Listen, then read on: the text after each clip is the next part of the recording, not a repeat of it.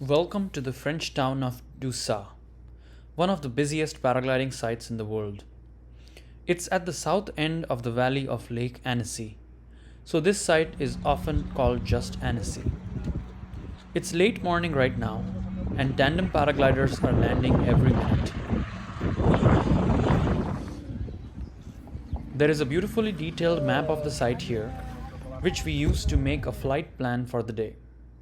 We would like to get a tour of the valley by flying north from launch, then crossing the lake and flying the ridge west of the lake for a landing back in Doussa. We get a ride up with one of the friendly local paragliding operators. The launch sits on a narrow saddle called Col de la Forclaz, facing west and overlooking the southeastern shore of Lake Annecy, almost 3,000 feet above it. My friends who launched early didn't seem to find much lift, so I am being patient. As soon as I see a small gaggle of paragliders climbing, I go for it. Launching off a ramp like this is a luxury I wish all sites had. The lift is light, maybe just 100 feet per minute, but very consistent in the bowl to the right of launch. It's fun to climb through the slow-moving paragliders in my fast Moes Lightspeed. A few minutes later, I am above the paragliders and over the first ridge behind launch. The rocky end of the ridge here is called Pointe de la Rochette. I am maintaining altitude easily, so I take some time to appreciate the landscape and find the landmarks we had looked on the map earlier.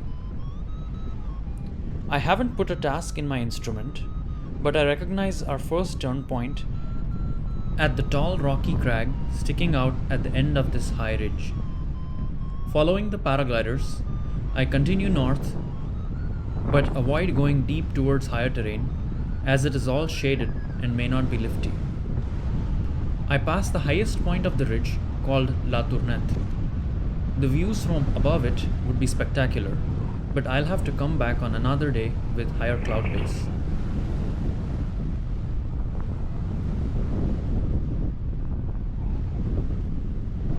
I see paragliders soaring in ridge lift along this large limestone cliff called L'Anfonnet.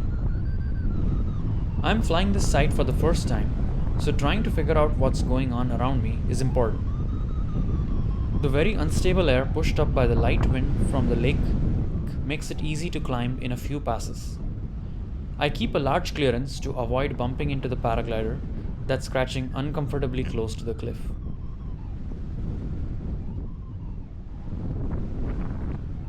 It's a rare treat to climb next to these high vertical cliffs in soft ridge lift. The scenery back home is less dramatic, but the air more so. Getting into cloud wispies above L'Anfonnet with the majestic and vibrant views is almost surreal. It's time to continue to the first turn point, the northernmost high point of this ridge. This well-defined perched syncline is called Dent de l'Enfant, and it is almost 6,000 feet high. These mountains are in the Bornes Massif of the French Prealps. From above, the peak of the Dent de l'Enfant looks like a set of crooked teeth. I wish I could spend more time here, but time is limited with the afternoon rain forecast. With some patience, I get to cloud base again, touching 6,300 feet, and it's time to pull VG and start the lake crossing heading west.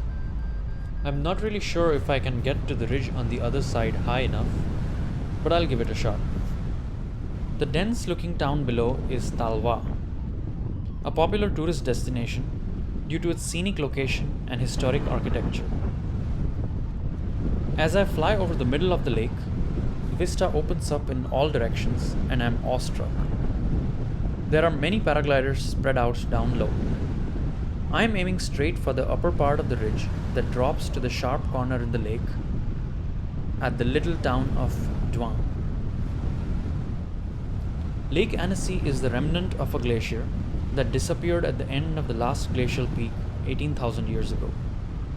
It's about 14 kilometers long, but only a kilometer wide at its narrowest point here. I finally arrive at the ridge west of the lake below its height, and I'm unsure if I still have the main LZ on glide. This 8-kilometer long ridge is called Montaña de Antrovern, after the little village of Antrovern that sits in a high plateau at the north end. I decide to take a chance and go deeper towards the ridge, where I see a paraglider scratching. Sure enough, there is ridge lift here, so it's likely that the wind from the north is going up cliffs on both sides of the lake. The lift is definitely bumpy though, so I have to be careful not to scratch too close. It takes a few more stressful passes of the ridge to get established, but I take the time to appreciate the details of the vertical rock face. This area is part of the Massif des Bauges Regional Park, and it has also been designated as a UNESCO Geopark due to its geologic significance.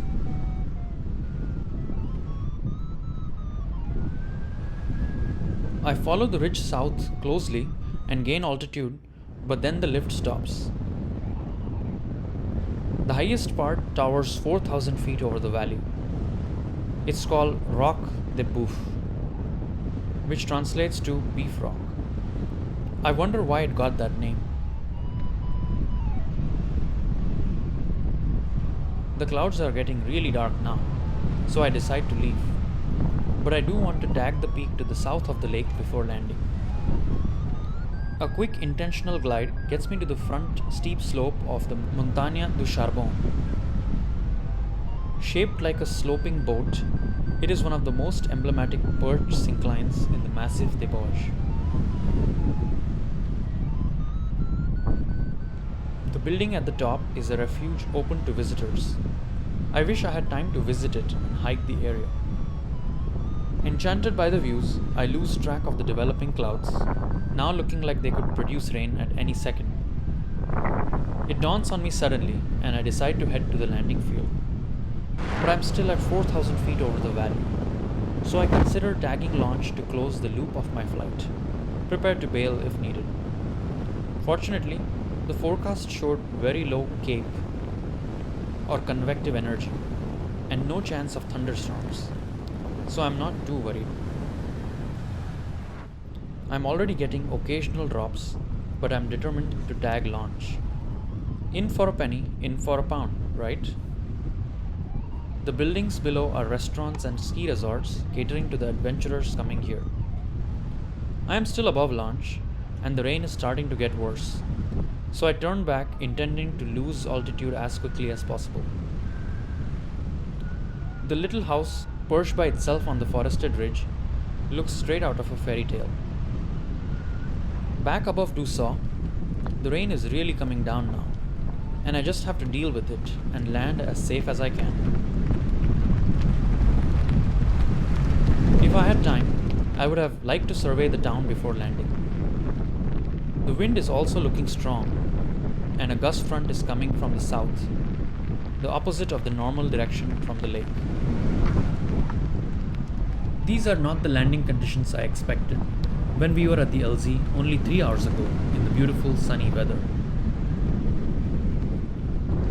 I set up for a long straight final, aiming for the back of the field to avoid rotor turbulence from the buildings upwind of the LZ.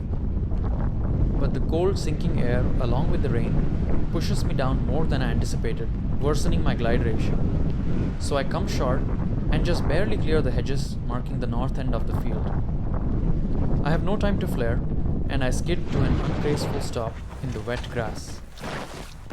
Fortunately, nothing is broken, and I even find a dry spot to pack my glider, while the rain and wind in the LZ intensify. That was a really close call, and I promise myself to never make that mistake again and let the weather get ahead of me like this. But the flight was also better than I anticipated from the forecast. I ended up with a loop of about 30 kilometers in just over 2 hours. I hope to come back here soon for for a sunnier flight.